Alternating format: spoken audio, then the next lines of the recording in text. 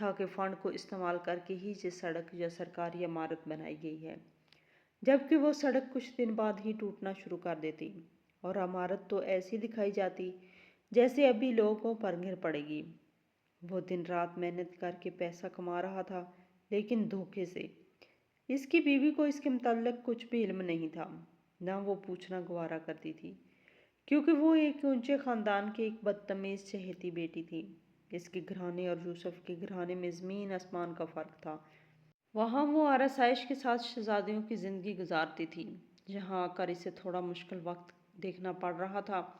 اسی وجہ سے وہ شوہر سے اکثر ناراض رہتی۔ شوہر بیوی کی ناراضگی دور کرنے کے لیے اور زیادہ پیسہ کمانا چاہتا تھا، اور اسی چاہت میں اس نے اچھائی اور برائی کے فرق کو ختم کر دیا اور ایک ایسی روش اختیار کر لی جس نے اس کو جہنم کی سیر کرا دی۔ اپنے طریقے سے وہ سب صحیح کر رہا تھا، لیکن لوگوں کی نظر میں بہت بڑا فراڈی، جھوٹا، دھوکے باز اور غدار تھا۔ زندگی وہ پہلے بیوی کو خوش کرتا رہا۔ جب بچے بڑے ہوئے تو وہ ان کی خوشی کرنے کے واسطے کوشش کرنے لگا، لیکن اولاد تو ہے ہی فتنہ۔ وہ اس میں کامیاب نہ ہو سکا اور پھر اسی دور کے چلتے ہوئے گھر سے نکالا گیا۔ وجہ وہی تھی جن کی وجہ سے اس نے کرپشن کی تھی۔ ان لوگوں نے ان سے یہ کہہ کر گھر سے نکال دیا کہ تمہاری وجہ سے ہمارے علاقے میں ہم کسی کو منہ دکھانے کے قابل نہیں رہے۔ یہ سب تمہاری وجہ سے ہو رہا ہے۔ اگر تم عزت کی زندگی گزارتے اور کرپشن سے خود کو دور کر لیتے تو آج بوڑھے ہونے کے باوجود تمہارا دور ہوتا، لوگ تمہارے پاؤں دھو کر پینے کو بھی تیار ہو جاتے، لیکن تمہاری لالچ نے آج تمہیں اس مقام پر لا کر کھڑا کیا ہے کہ تم اس قابل ہی نہیں رہے کہ پرکھوں کی بنائی گئی اس حویلی میں رہ سکو۔ وہ حیران رہ گیا کہ پرکھوں کی بنائی ہوئی کون سی حویلی؟ وہ حویلی جس کی پہلی اینٹ کی بنیاد بھی اس نے خود رکھی تھی۔ جب لوگ مڑ مڑ کر اس کلف لگے کپڑے پہنے ٹھیکیدار کو دیکھا کرتے تھے جو اپنا گھر خود بنا رہا تھا، اس نے ایک ایک اینٹ کو اپنے ہاتھ سے لگایا تو لوگ مڑ مڑ کر دیکھتے تھے۔ اتنا خوبصورت گھر مختصر سی زمین پر ایک عالی شان بنگلہ تعمیر کیا گیا تھا، جہاں ضرورت کی ہر شے موجود تھی۔ ابا جی، ہمیں نہیں لگتا کہ اب ہم اتنے چھوٹے رہ گئے ہیں کہ آپ جائیداد ہمارے نام نہ کر سکیں۔ ہم آپ کو یقین دلاتے ہیں کہ ہم جائیداد کا صحیح استعمال کریں گے اور بٹوارے کے نام پر لڑیں گے تو ہرگز نہیں۔ ہم لوگ ہی آگے اس خاندان اور سیاست کو لے کر چلنے والے ہیں۔ علاقے میں ہمارا نام ہے، لیکن مسئلہ یہ ہے کہ ساری جائیداد تو آپ کے نام ہے۔ کیا آپ ہم پر بھروسہ نہیں کرتے کہ ہم آپ کا خیال رکھیں گے اور آپ کی جائیداد کو اپنی جائیداد سمجھ کر اس میں بڑھوتری کی کوشش کریں گے؟ اس کا بڑا بیٹا سفیان آنکھوں میں آنکھیں ڈالے ایک بہت کڑوا سچ کہنے والا تھا۔ وہ نظریں جھکا کر بیٹھا تھا، جو اس کی عادت میں شامل نہیں تھا، ورنہ وہ اپنے دور میں جس سے بھی بات کیا کرتا تھا، چاہے دشمن ہو یا دوست، آنکھوں میں آنکھیں ڈال کر بات کیا کرتا تھا۔ اب اس کا دور ختم ہو چکا تھا۔ وہ بوڑھا ضعیف ہو چکا تھا۔ وہ تو کسی اور کے سہارے کے بغیر چل بھی نہیں سکتا تھا، لیکن اس کے رعب اور دبدبے میں کوئی فرق نہیں آیا تھا۔ غصہ آج بھی ناک پر دھرا رہتا تھا۔ اکثر لوگ آ کر اسے اپنے فیصلے کرواتے۔ کچھ لوگ انصاف نہ ہونے کے ڈر سے اس کی حویلی کے پاس بھی نہیں بھٹکا کرتے تھے، بلکہ جہاں سے وہ گزرتا وہ وہاں کا راستہ ہی بدل دیتے۔ وہ بے بسی کی انتہا پر کھڑا تھا۔ اسے سمجھ نہیں آ رہا تھا کہ اولاد کے نام سب کچھ کروں یا پھر نہ کروں۔ وہ اسی ششوپنج میں مبتلا تھا جب اس کو اس کے ایک دوست کی کال آئی۔ وہ سب سے ایکسکیوز کرتا ہوا باہر نکل آیا۔ اس کا دوست اسے بتانے لگا کہ اس نے حال میں ہی اپنی ساری دولت اور جائیداد اپنے بیٹوں کے نام کر دی ہے اور اب وہ آزاد ہے۔ اسی قسم کی کوئی ٹینشن نہیں۔ بچے اس کا خرچ اٹھاتے ہیں، اس کا خیال رکھتے ہیں اور اسے بے حد پیار کرتے ہیں۔ اس لیے 3-4 خادم رکھے ہوئے ہیں تاکہ اس کو کسی کی محتاجی سر نہ لینی پڑے۔ اس کا دوست تو دھن میں اپنی بات بیان کر رہا تھا، لیکن وہ نہیں جانتا تھا کہ یوسف کا اتنا اثر لے گا کہ بچوں اور بہوؤں کے رویے جاننے کے بعد وہ ساری جائیداد دولت بیٹوں کے نام کر دے گا۔ کال سننے کے بعد وہ خوشگوار چہرہ لیے بیٹوں کے پاس آ کے بیٹھا اور پھر سب کے درمیان برابر کی دولت جائیداد پرورش پر وہ بہت خوش تھا کہ آج وہ ہر فرد سے سبکدوش ہو چکا ہے۔ اب اس کی زندگی کے بہترین گزرنے والے ہیں۔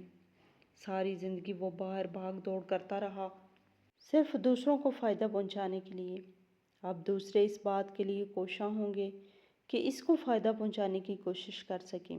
وہ ایک بادشاہ کسی زندگی گزارے گا جس کو زندگی میں ہزاروں کام کرنے پڑتے ہیں، لیکن وہ ایک بھی کام کو کرنے کے لیے ہاتھ نہیں بڑھاتا، جبکہ اس کے خادم اور اس کے ملازم اس کے سارے کام کرتے ہیں۔ پہلے تو بہو نے منہ بنایا ہوا تھا، سسر کو جائیداد نام کرتے تھے، ان کے لہجے میں شیرنی گھل گئی اور سب اس سے عقیدت اور محبت کا اظہار کرتے ہوئے ہاتھ چومنے لگے، اور اسی خوش آمد میں ان لوگوں نے ساری جائیداد اپنے نام کرا لی۔ دھیرے دھیرے اس کے غصے سے تنگ آ کر اس کے خادم اسے چھوڑ گئے۔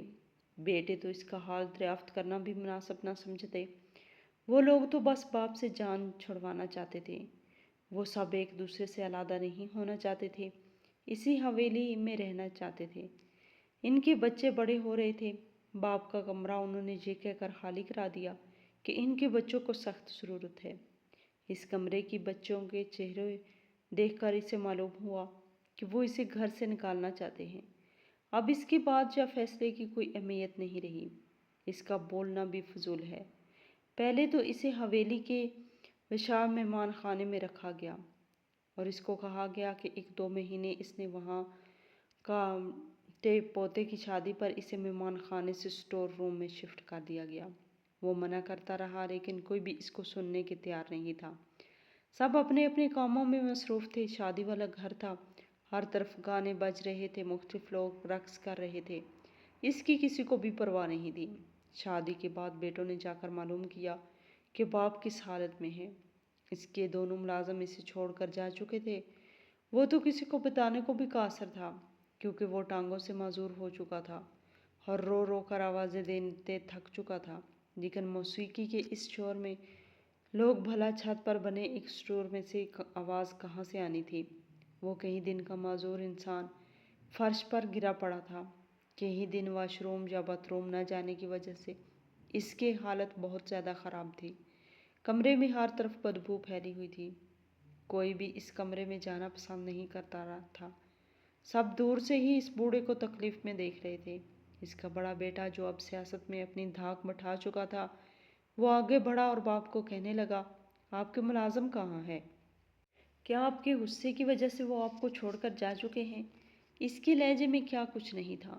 بوڑھا محسوس کرتے ہوئے آنسو بہانے لگا۔ پچھلے 4 دن سے وہ آنسو ہی تو بہا رہا تھا، نہ کھانے کو کچھ تھا، نہ پینے کو، واش روم جانے کی ہمت وہ کر سکتا تھا۔ دوسرا اسٹور میں تو واش روم موجود بھی نہیں تھا، پھر وہ کیسے جاتا؟ وہ بیٹے کو حقارت سے دیکھتا رونے لگا اور منہ ہی منہ میں کچھ بڑھانے لگا۔ اس کے بیٹے نے اس بات کی فکر نہیں کی تو پھر اس کا بیٹا اس کے پاس آیا اور اس کے کان میں کچھ کہنے لگا۔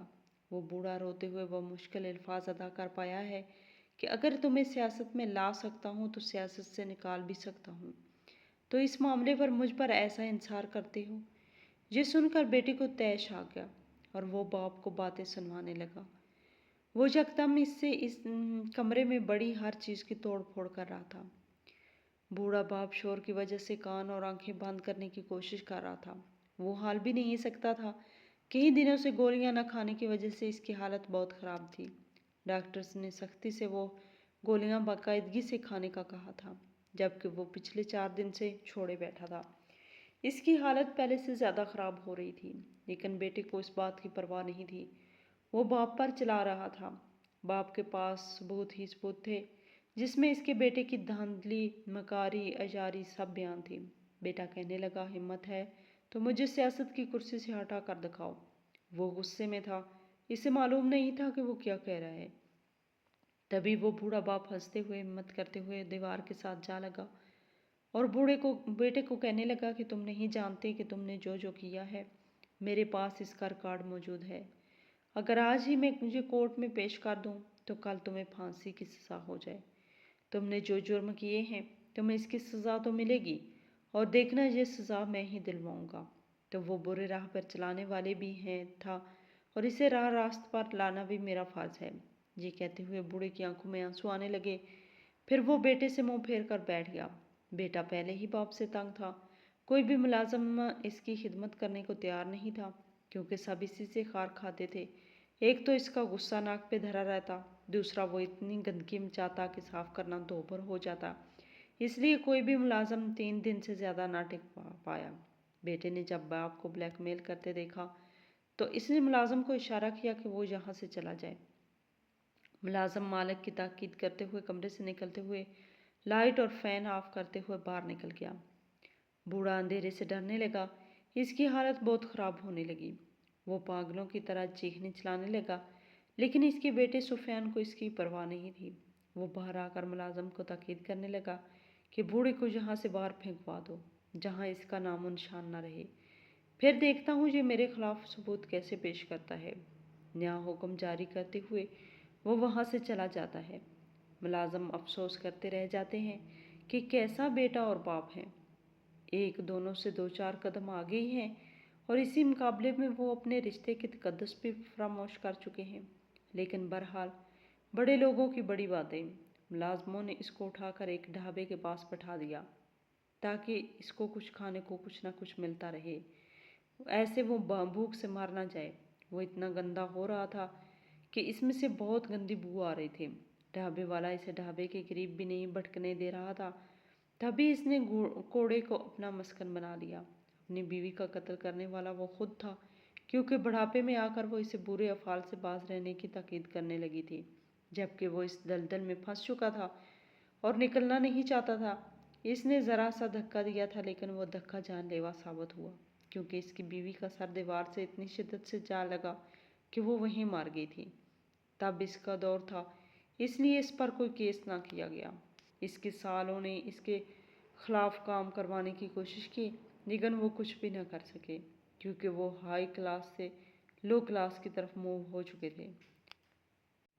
وہ اقتدار سے ہٹائے جا چکے تھے اور یوسف شیرازی برسرِ اقتدار تھا، اسی لیے انصاف کی کوئی گنجائش باقی نہیں رہتی تھی۔ اس کی بیٹی اسی کے ہاتھوں قتل ہو گئی۔ وہ جس سے پیار کرتی تھی، یوسف شیرازی نے اس سے شادی کروانے کو انکار کر دیا۔ بیٹی نے قیمتی سامان اٹھایا اور اس لڑکے کے ساتھ بھاگ گئی۔ یوسف شیرازی غصے سے پاگل ہو رہا تھا، کیونکہ اس کے خاندان کی عورتیں جیسی بھی تھیں، لیکن آج تک انہوں نے اپنے باپ کی نافرمانی نہیں کی تھی، نہ ہی خاندان کا نام مٹی میں ملاتے ہوئے بھاگ کر شادی کی تھی۔ اسی غصے میں اس نے بیٹے کو ڈھونڈنے کی ہر ممکن کوشش کی اور پھر ان دونوں کو مار کر زندہ دفنا دیا۔ زندہ اس لیے کیونکہ اتنی چوٹیں لگنے کے بعد وہ دونوں کی سانسیں چل رہی تھیں، لیکن اس بوڑھے کو کسی بھی چیز کی پرواہ نہیں تھی۔